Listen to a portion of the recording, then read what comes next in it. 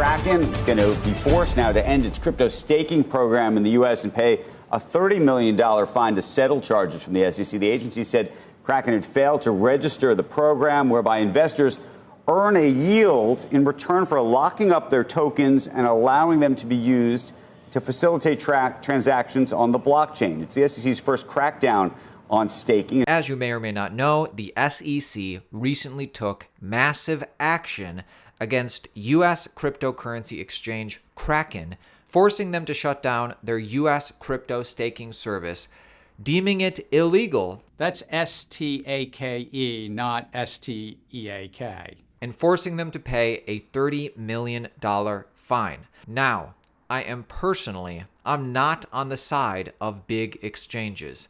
I'm for the people. I'm for the everyman. This is interesting to me, however, because Kraken, arguably, as far as exchanges go, has a history of being relatively ethical. Or at the very least, Kraken has a history of acting in good faith. Yeah, so we recently completed a proof of reserves audit. It's the second in our company's history. We pioneered this process about 7 years ago when we did the first one in the industry. And since then, there have been other companies that have done it, but we're by far the largest venue to have done this in recent history. And what it does is allows the users to confirm for themselves through cryptography that we actually control the coins that we say we do, that we hold for them, that they can prove cryptographically that in a quote unquote like bank run type scenario, where if everyone came for their withdrawals at the same time, that we would be able to serve those withdrawals. So the SEC missed Celsius, they missed Three Arrow Capital, they missed FTX, whom Gary had regular meetings with up until the end.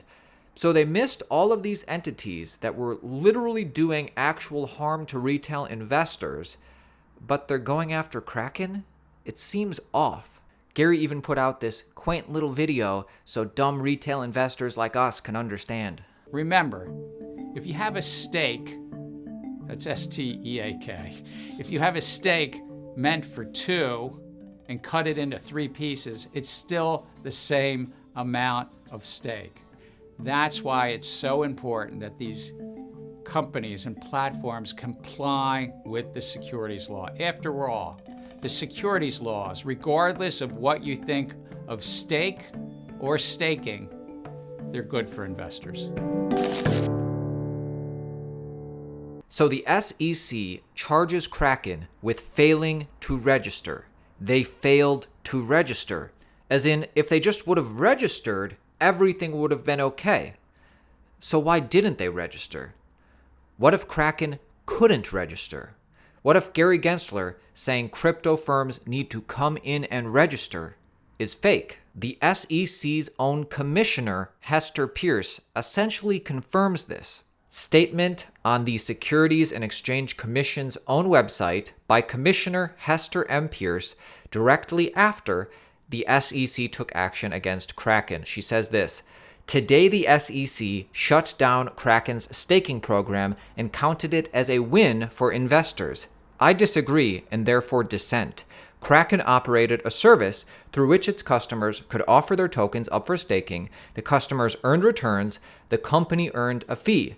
The SEC, the commission, argues that this staking program should have been registered with the SEC as a securities offering." Whether one agrees with this analysis or not, it could be your opinion that they should register, it could be your opinion that they shouldn't register.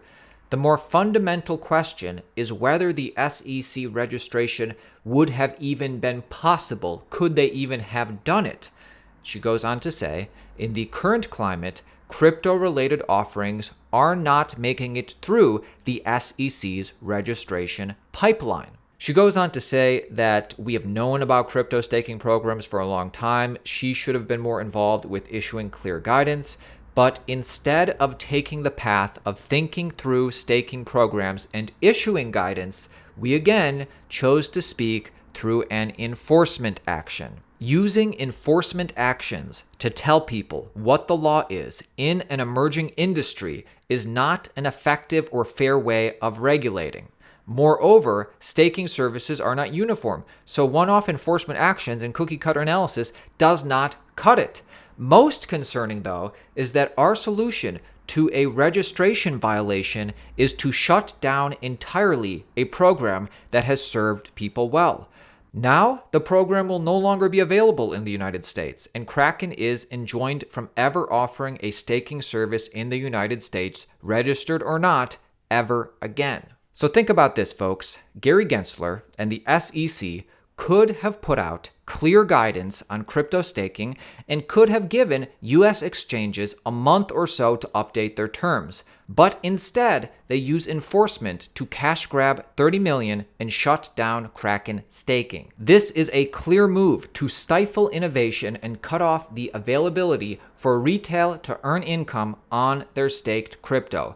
Most likely, other exchanges will voluntarily shut down their staking services to avoid fines and investigations under the SEC. To me, this raises two huge questions. Number one, is the SEC trying to stifle crypto innovation in the United States? I think that there is a common view that your office is using all available means effectively to keep crypto out of the mainstream financial system through enforcement, accounting rules, inspections.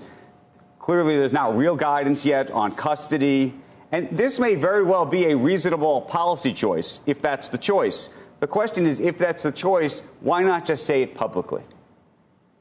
We're using all available tools. We're talking directly to market participants. We take the meetings. We say, this is how you comply. There's a handful of tokens that have actually registered.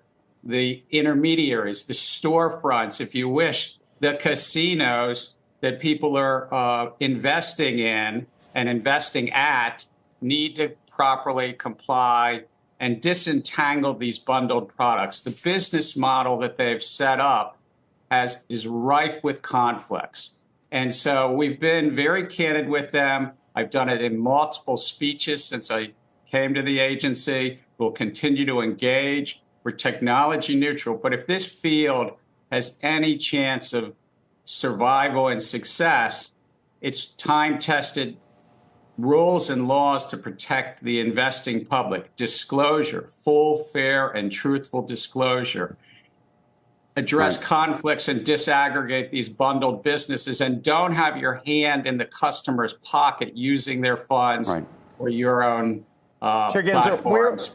The other huge question that this raises is Coinbase next? After all, it was originally Brian Armstrong, the CEO of Coinbase, who, before Kraken got hit, he put out this tweet: "We're hearing rumors that the SEC would like to get rid of crypto staking in the US for retail customers." And it was originally the Coinbase CEO responding to the Kraken news on Twitter, defending them, saying things like this: "There was no way for crypto firms to come in and register. It was fake." And today, Brian Armstrong tweeted this: "Coinbase staking services are not securities. We will happily defend this in court if needed." So, Gary Gensler, just be straight with us. Is Coinbase next? So how does this, though, differ, for example, from some of the other firms out there, including Coinbase, who offer yield products? Whether you call it, the labels don't matter.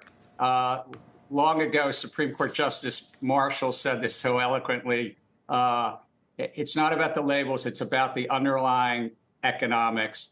And this really should put everyone on notice in this marketplace, whether you call it lend, whether you call it earn, whether you call it yield, whether you offer what's called an annual percentage yield, APY. That doesn't matter. If somebody's taking their tokens and transferring it to that platform, the platform controls it. And guess what happens if they go bankrupt?